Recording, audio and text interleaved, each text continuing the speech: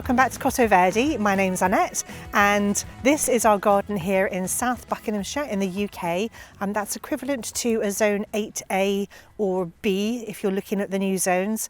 And we have a lovely English cottage garden here. It's a walled garden, we're very lucky, and if you're new to my channel you won't know that I have a passion for dahlias amongst other plants. I love flowers in general, but this year we planted something like 364 dahlias. Today we're going to start the process of digging them up. It's currently the last week of October. In fact, we've just passed the autumn equinox and our clocks have gone back, which was lovely. And whilst we were away on holiday recently, we had a very hard frost here in the UK, well certainly in my garden, and it killed all the dahlias. Well, it didn't kill them, but they're basically finished for the season. And you can tell this because all the leaves have turned black. We've got very black foliage. There are a couple of odd flowers around the garden that I actually haven't picked yet because I just like having them in the garden when I wander around with my cup of coffee.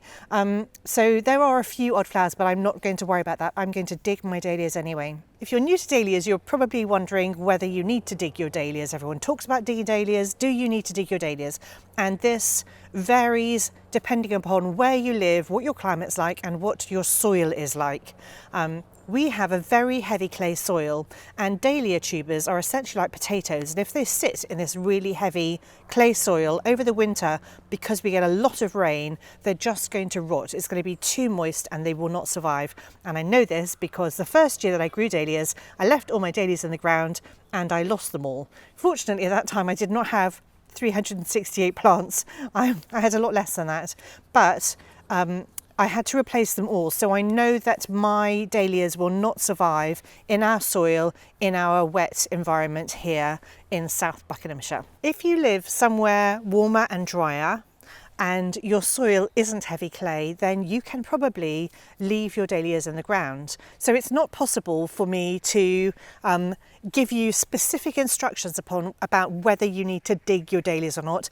It really is going to depend on what your garden's like. And if you haven't got too many and they're not incredibly valuable to you, you could try what I did the first year and leave them in the ground and see whether they come back the next year. So that's certainly something you could try.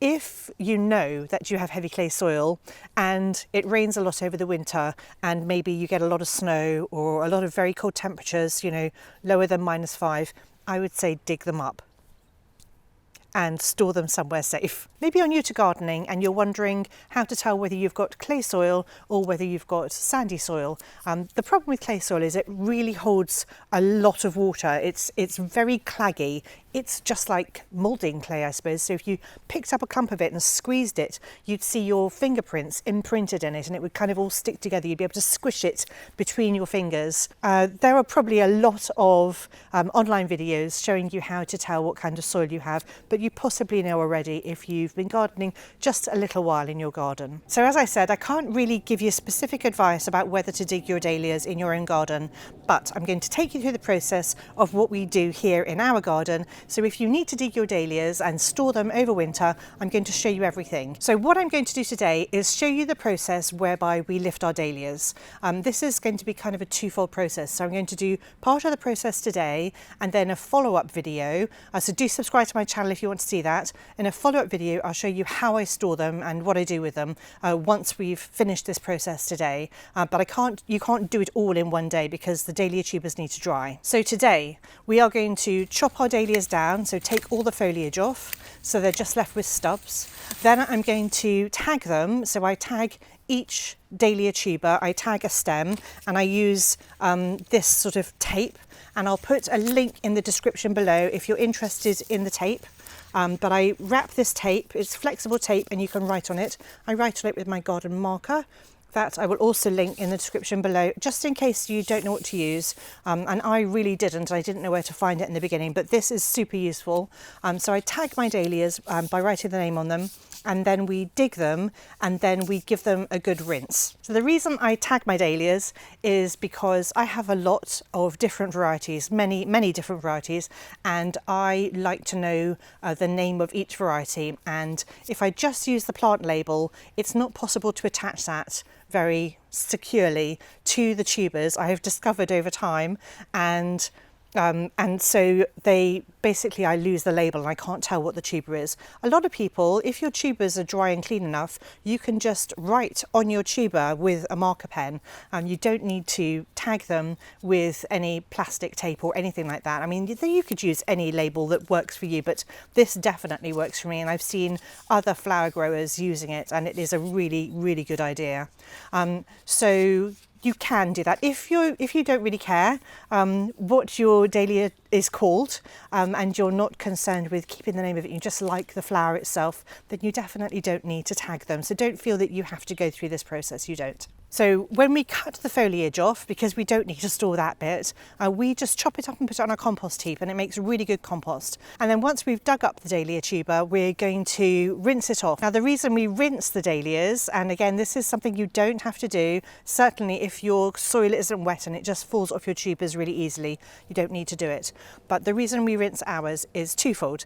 The first one is that they dry faster without all this soil on them, and I do need them to be dry when they go into storage, because I have discovered in the past that if we don't rinse them and take all the soil off, then they just are too cold and damp and they don't survive storage. Now I've seen that Monty Don on Gardener's World doesn't take his soil off. He picks up the whole clump and stores his dahlias like that. But I have not found that works for me. It may work for you, and it is worth experimenting. And the other reason that I've discovered I need to take the soil off is because we have a lot of slugs and snails in our garden, and if there's a slug or snail in that soil that's around your dahlia tuber, they will just eat your dahlia tuber over the winter. And that is something else that I have discovered through trial and error. So once we've tagged the dahlias, dug them up and rinsed them off, we then need to leave them to dry. Now it's kind of a curing process. You just don't want to put them into storage, or I certainly don't, when they're wet. As I've said, a lot of people store their dahlias differently, and I know that in very dry environments, if you're digging and storing your dahlia tubers, some people, and I've seen Laura from Garden Answer do this, they actually moisten the whatever, the sawdust or whatever they're using to store their dahlias, and they add a little bit of moisture to it. I would never do that. That would be a terrible idea for me, because I want mine to be dry. So I kind of cure the dahlias for a few days, even up to a week, just to make sure they're properly dry when I put them into storage. So we're just going to lay ours out in our sheds. It's not going to be terribly cold this week, so they won't freeze.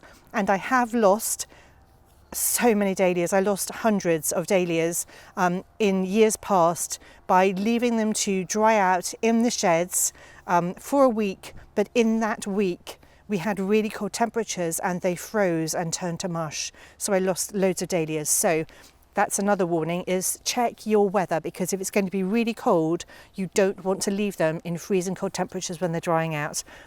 So don't do what I did. So I know it's not going to be cold this week. We are perfectly fine. Even if I had 2 weeks, it's not going to get that cold, so I can leave them in the shed. In years past, in fact last year I think, we lay them out on a concrete floor that we have in the house, because we didn't have any flooring down in that room yet. It was a new room, and so I was able to use that room to lay them all out.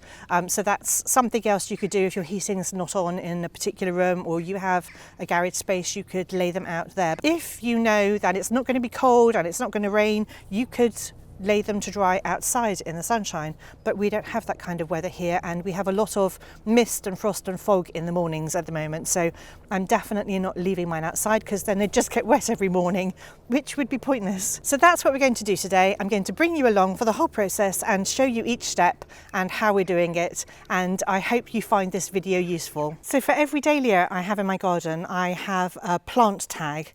It's white, and some people may find that quite offensive, but I really like having the plant tags, and these are quite large ones, because then I can see what the dahlia is and I don't have to go scrabbling around too much, because we do mulch them quite heavily as well. Let me show you what I'm talking about. So I use this type of plant tag and I write the name on it. And this is probably quite an old plant tag, because I've also put pale pink on there, but I know that Wizard of Oz is pale pink. And then on the back, I write what type of dahlia it is. This is especially if they're new to me. obviously Wizard of Oz I've had for years, so I don't need to know that it's a ball dahlia. I write the height that it gets to, and I write the flower size. Mine are all in centimetres. I know a lot of people work in inches and feet, but I'm old-fashioned and I'm still in centimetres. So each one has got one of these, but it's really hard to attach this to a tuber. You can kind of slide them in between each tuber, but it doesn't really work very well. So these just go in the net bags that we use, which I'll show you in a future video. But I'm going to write Wizard of Oz on one of these, and then I'll show you how I tie it to the dahlia.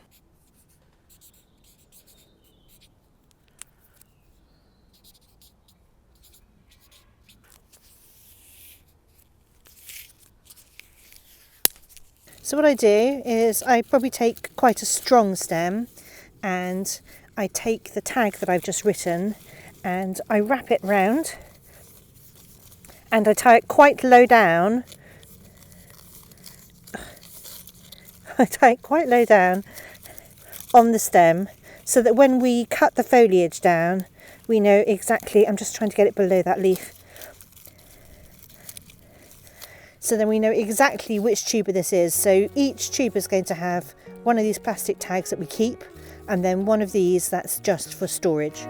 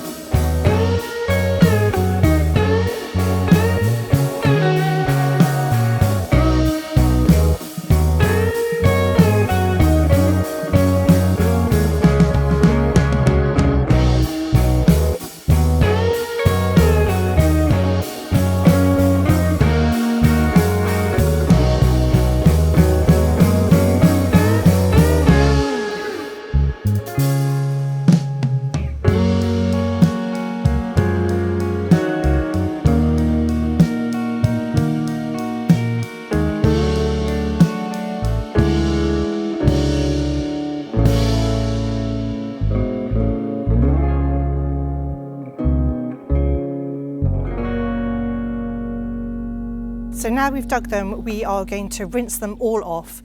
And we've got a table here. It's like a camping table. It's got holes in it, which I'm hoping it's new for us this year. I'm just hoping it's going to make it easier for us to rinse them all off, and then we're going to set them out to dry. So let's get on with that. This is probably the worst part of the job, but it is necessary. There is actually a third reason that we rinse them, and I forgot to mention this earlier, and that is that this is the opportunity that I take to check for things like gall. So I check each dahlia tuber well, as we're lifting it, but then if we don't spot it because it's covered in compost and stuff like that, soil, then when we're rinsing it, there's loads of flies out. That's a really good opportunity for us to check for gall, and I have actually found gall on this tuber here. So a lot of people don't know what gall looks like, but it's just like bad growths. So those aren't eyes. Let me get it to focus. Those aren't eyes, that is just weird kind of growth, and that is dahlia gall. So if you find dahlia gall, don't put those tubers on your compost. Keep them separate from everything else. I mean, in an ideal world, we would clean our secateurs between dahlias when we're snipping them. I lose patience for that, in all honesty. I'm not going to keep this tuber. This is a Palmares, and I know I've got a few of them, so I'm definitely not keeping this. This is going to go into our green waste, and it goes to the council, and their compost gets hot enough to kill most things. So that's how we dispose of it. So Richard's basically rinsing them, setting them aside. I'm checking them, and then I'm putting them in a crate down here. But when I'm putting them in the crate to dry out for a few days, I tip the tubers upside down like this. So this is the stem where the flowers were growing, and I tip it upside down, and that is because a lot of your dahlia tubers, the stems for dahlia flowers are hollow. I don't know if you can see that. So water will collect in there. That's just how they drink, I suppose. So water will collect in there whether we're rinsing them or not. I mean, we're not pouring water in there, but water does collect in there, and then it will go down to the crown where it joins the tubers, and that can rot. So we want to make sure there's no water sitting in this tube when we store them. So I drain them upside down in the crates. So something else that I wanted to mention, a lot of people are concerned when they lift a tuber and it's got lots of little bumpy bits on it like this, and they think that that might be gall, but that's not gall. That's just what the tubers are doing when they get a bit too wet. They just create these little lumps. So it's only gall if it's in the crown where the stems would come from. This, on the actual tuber itself, it's just because it's been sitting in wet compost. That's all that's happened, and these will disappear as it dries out.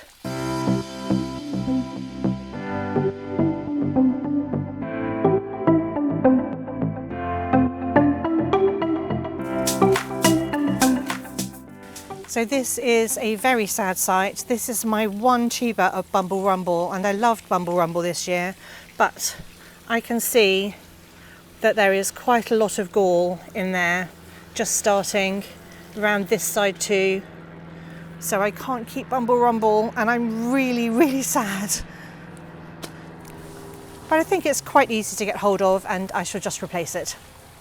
So Richard says he is finding this table so much easier than what we used to do it in the past. In the past we used to just hold them over a bit of patch of grass and just rinse them off like that, but it really, it wasn't very easy. It was kind of back-breaking actually. So I thought we'd get something that was a bit higher up. This has got like a grate on it. It's a camping table, and he's really enjoying using it. So now that it's had like a little test, I thought I'd let you know, and I'll put a link in the description below of which table I chose. This is a good one because you can raise it up so it's higher. It's kind of like mid-thigh height, I suppose. There's so many whiteflies out tonight. It's really annoying. But yeah, we're loving the table. So this is all the tubers that we've dug up today, and they've been rinsed and they are all upside down, and now we're just going to carry them and put them in the shed. So this is the inside of one of our sheds. I don't normally show this.